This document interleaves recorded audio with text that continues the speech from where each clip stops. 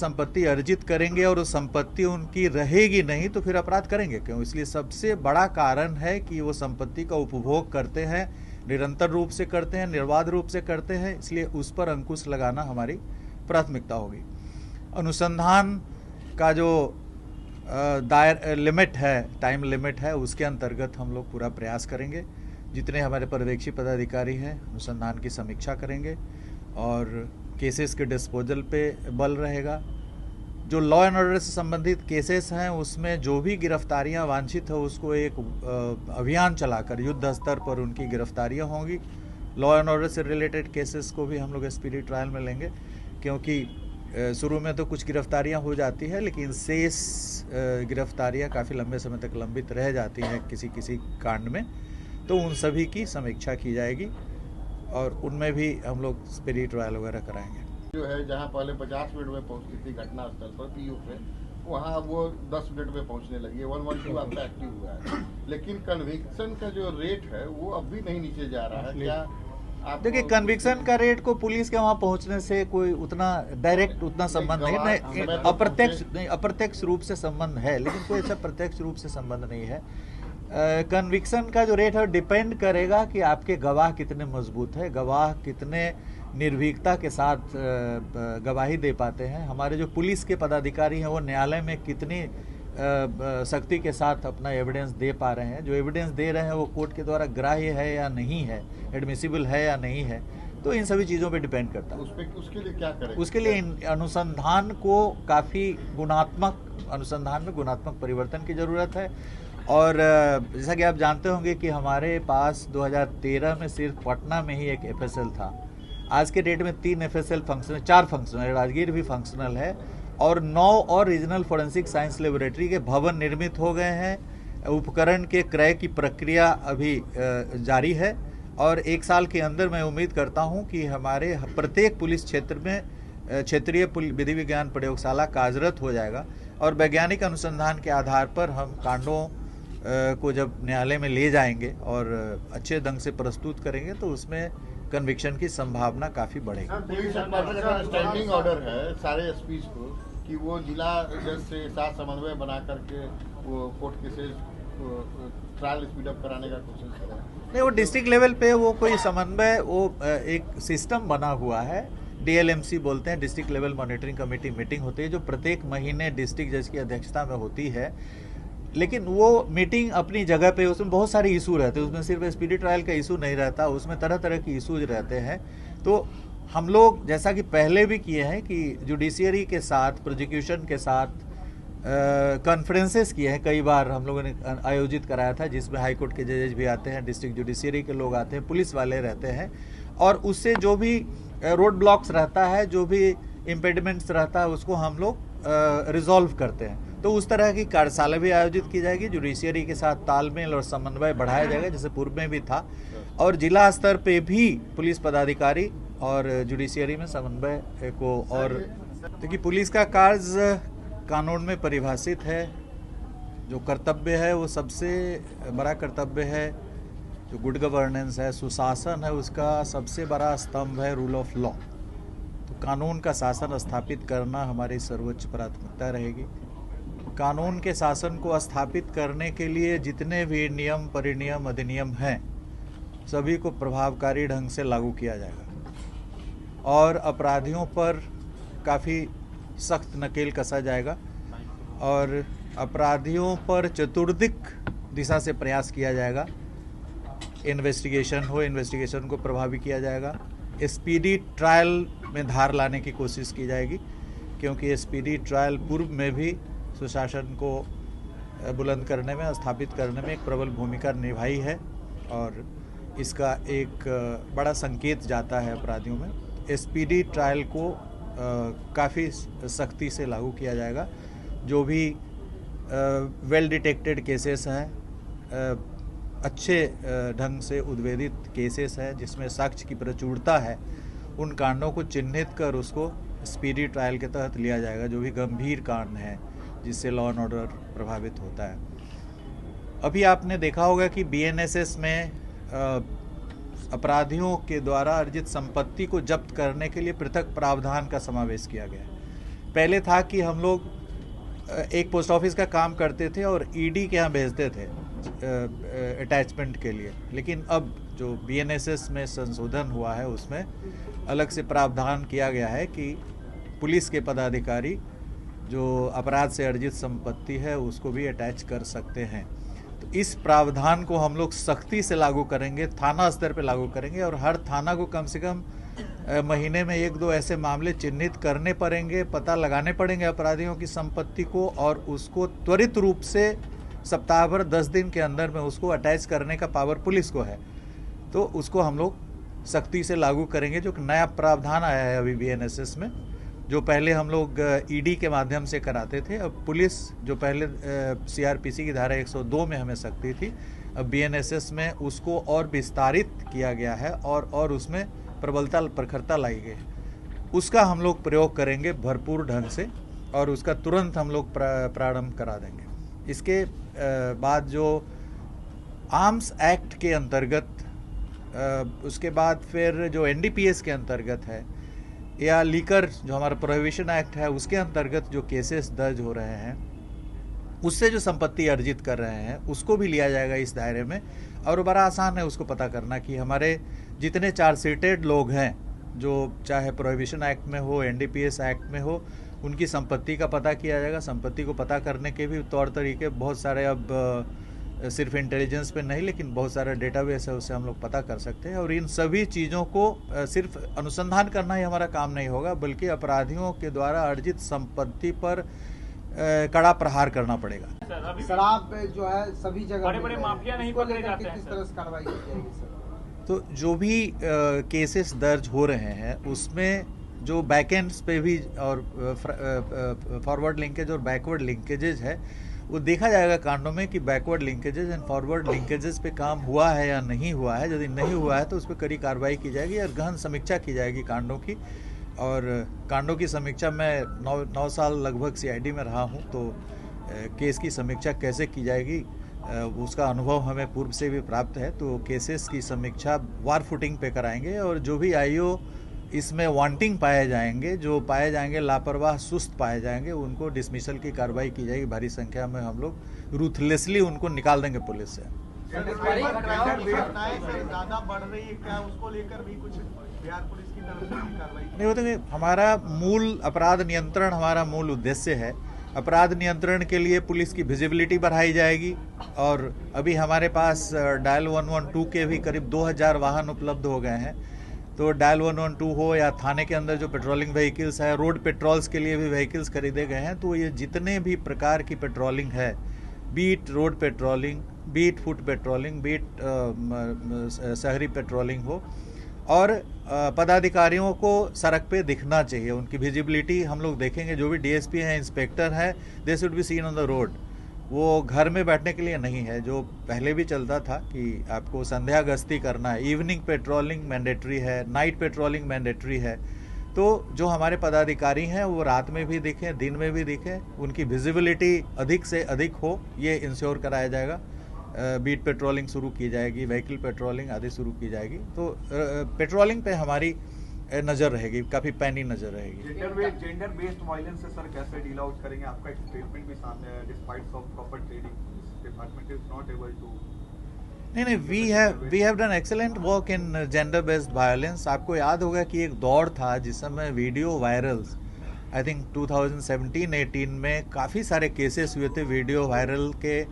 राजगीर में I recall की एक बबनी कांड हुआ था जिसमें हम लोगों ने सिर्फ वीडियो क्लिप पे डिटेक्ट करा और उसमें गृह मंत्रालय द्वारा पुरस्कार भी दिया गया था नीलेश जी को, और उसको रिकॉर्ड टाइम में हम लोगों ने ट्रायल करा करके सजा भी कराया था। करीब दर्जनों कांड जेंडर बेस्ड वायलेंस के आए थे। वीडियो वायरल वाला एकदम हर सप्ताह में उस समय आ रहा था, तो उस पर हम लोगों ने काबू पाया था।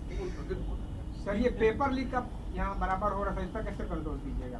देखिए, पेपर लीक के संबंध में नियमों को भी आप जानते हैं, जो संशोधन हुआ है, नियमों में संशोधन हुआ है, उसमें भी धार लाने का प्रयास किया गया है। और उसके बाद पूरे राष्ट्रीय स्तर पर जितने सारे स्टेट्स हैं, यूपी हो, राजस्थान हो, सभी स्टेट्स ने इसको काफ़ी सीरियसली लेकर के और नियम अधिनियम में भी संशोधन किया है और इसके लिए एक काफ़ी संजीदगी के साथ, काफ़ी सख्ती के साथ किया जा रहा है। जैसे आपने अभी देखा कि कांस्टेबल एग्ज़ाम हुआ, उसमें किसी भी तरह की कोई त्रुटि नहीं हुई। कल जो बीपीएससी का एग्ज़ाम हुआ उसमें भी जहाँ तक हम आप ही लोग मीडिया रिपोर्टिंग से देख पाए हैं कि वो कुछ अफवाहें फैली थी, लेकिन कोई इस तरह का मजबूत आधार अभी तक नहीं मिला है कि उसमें क्वेश्चन लीक हुआ।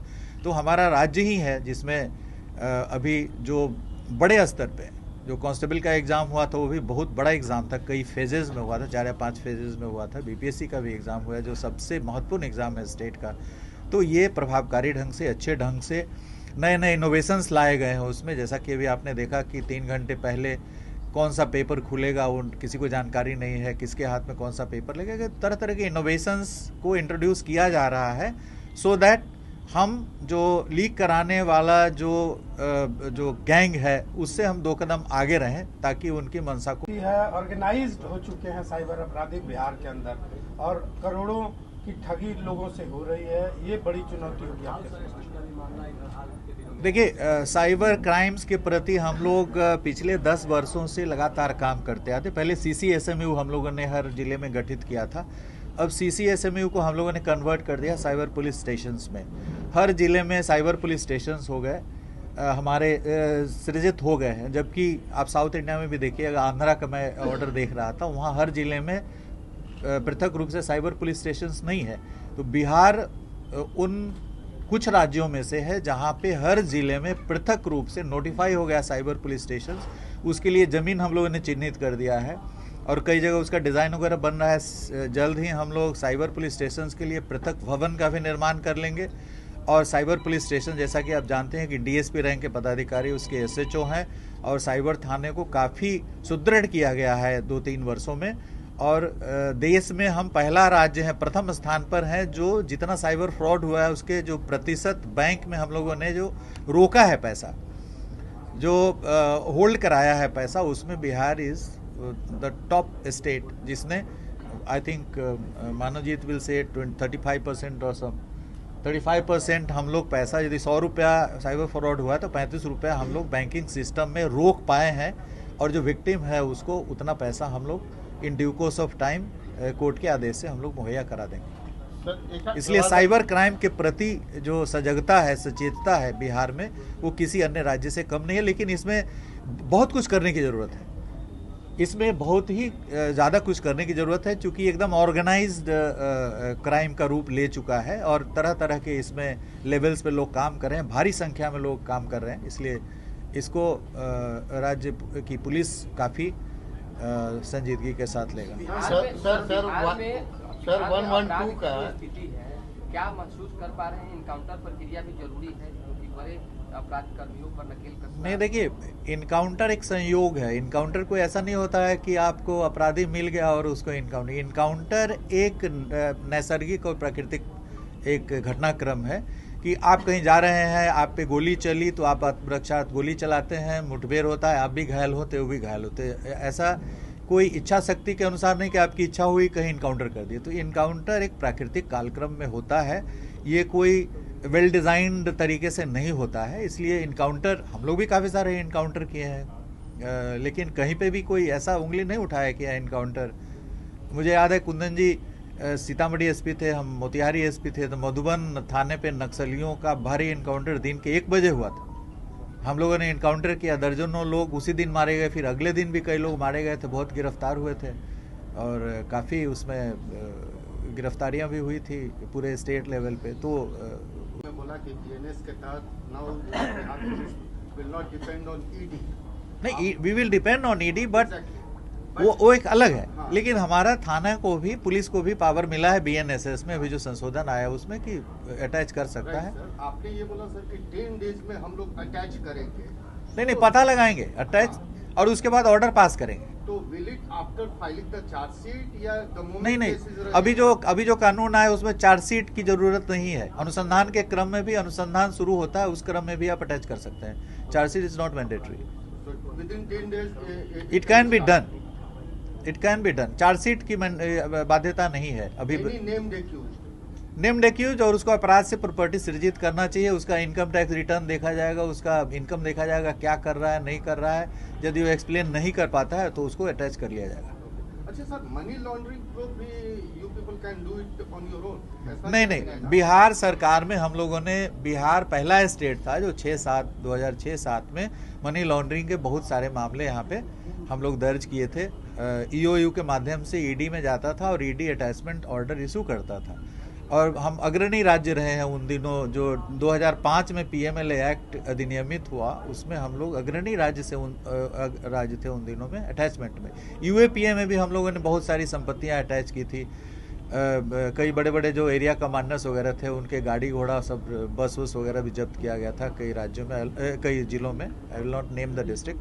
तो UAPA में संपत्ति अटैचमेंट और PMLA में संपत्ति अटैचमेंट में हम लोगों ने काफ़ी ये किया था। एक और 1948 का एक ऑर्डिनेंस है, उसमें भी संपत्ति जब्त हुआ था। 102 CRPC में भी 4-5 तौर तरीके हैं संपत्ति जब्त करने के अपराधियों के, तो वो हम लोग कर चुके हैं। बिहार पुलिस को अनुभव ऑलरेडी है पहले से, तो उसको फिर से एक बार सख्ती से हम लोग लागू करने की कोशिश करेंगे। सर, आखिरी सवाल है कि आप बिहार में नेता रहे हैं और आप बिहार के नए DGP का पदभार ग्रहण कर रहे हैं। पुलिस को मनोबल बढ़ाने के लिए कोई मूल मंत्र आप देंगे कि क्राइम को कैसे रोका जाए? देखिए, पुलिस का मनोबल तभी बढ़ेगा जब अपराधी का मनोबल गिरेगा। अपराधी का मनोबल गिरेगा जब अपराधी पर पुलिस भारी पड़ेगी। भारी तब पड़ेगी जब विजिबिलिटी रहेगी, केस का अनुसंधान रिकॉर्ड टाइम में होगा, चार्जशीट समर्पित होगा रिकॉर्ड टाइम में, जो भी टाइम निर्धारित है उसमें, और हम लोग उसको सजा करा करके जेल के अंदर संसीमित करने में सक्षम हो पाएंगे। बिहार की जनता सर क्या अपील करेंगे? नया DGP बने हैं, बिहार की जनता से हमारी अपील है कि जो पुलिस की व्यवस्था है, अवधारणा है, जो भी कानून है, वो सिर्फ पुलिस के लिए नहीं है, उसमें हर स्टेप पे जनता का इन्वॉल्वमेंट है। हम घटनास्थल पे जाते हैं, वहाँ कोई चीज़ हम सीज करते हैं, तो उसमें जो विटनेस बनता है पुलिस नहीं रहता, पब्लिक रहता है। 2 इंडिपेंडेंट विटनेसेस को हम लोग लेते हैं। हम गवाही लेते हैं, जनता की गवाही लेते हैं कि आपने क्या देखा। जनता फिर जाती है कोर्ट में गवाही देती है। तो एक पुलिस आइसोलेशन में नहीं काम करती है। पुलिस और पब्लिक का एक जो मिश्रण है, वो जब कारगर ढंग से काम करेगी तभी हो सकता है। पुलिस पूरी सख्त है और जनता हॉस्टाइल हो रही है, कोर्ट में जाकर के गवाही नहीं दे रही है, तो सजा ऑब्वियसली नहीं होगा। इसलिए ये पुलिस की जो अवधारणा है, जैसे इंग्लैंड में भी कहा गया है कि police is public and public is police, माने दोनों में कोई भेद नहीं है। पुलिस को भी जो पावर है वो जनता को भी पावर है। राइट टू प्राइवेट डिफेंस में ही जो आप मुठभेड़ कह रहे हैं, वो क्या है? राइट टू प्राइवेट डिफेंस है। हम पे क्रिमिनल गोली चलाया, हम भी गोली चलाया, जनता को भी प्राइवेट डिफेंस है। आपको यदि कोई गोली चलाएगा, आप भी गोली चला सकते हैं।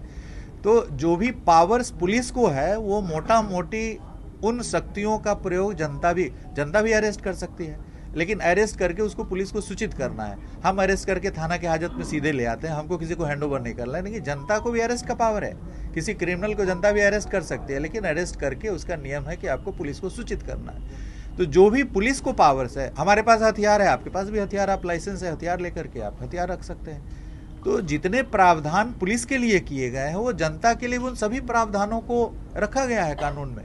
तो जनता से अपेक्षा है कि आप पुलिस के साथ कंधे से कंधे मिला करके और अपराधियों के खिलाफ जिहाद छेड़िए।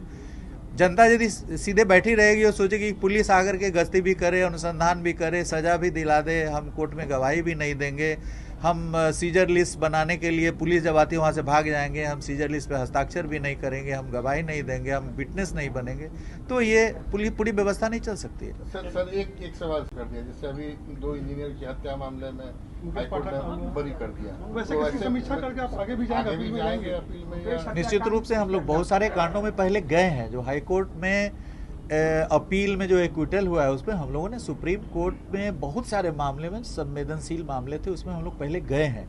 तो उसकी समीक्षा होगी, जो भी अभियोजन का जो हायरार्की है उसमें समीक्षा होगी, और जब फिट पाया जाएगा तो उसमें हम लोग अपील में जाएंगे, और हम लोग जाते रहे। सर, बिहार में जारी शराबबंदी के बाद बिहार भर के जिलों और कस्बों में सूखे नशे का प्रचलन बढ़ा है, उस पर रोक लगाने वही कहा कि हमने कहा कि पूर्ण नशाबंदी की दिशा में जो स्मैक और हेरोइन वगैरह भी, जैसे आपने देखा होगा कि अभी 2-3 दिनों के अंदर में कई जिलों ने भारी मात्रा में स्मैक वगैरह बरामद किया। तो ऐसा नहीं है कि हम स्मैक के प्रति, हीरोइन के प्रति हम आंख बंद किए हुए हैं। हम लोग पूरी तरीके से सचेत हैं, चाहे वो दारू हो या जो NDPS जो स्वापक औषधियाँ हैं, उसके सिलसिले में भी हम लोग सजग, उसको और भी तेज करने की जरूरत है।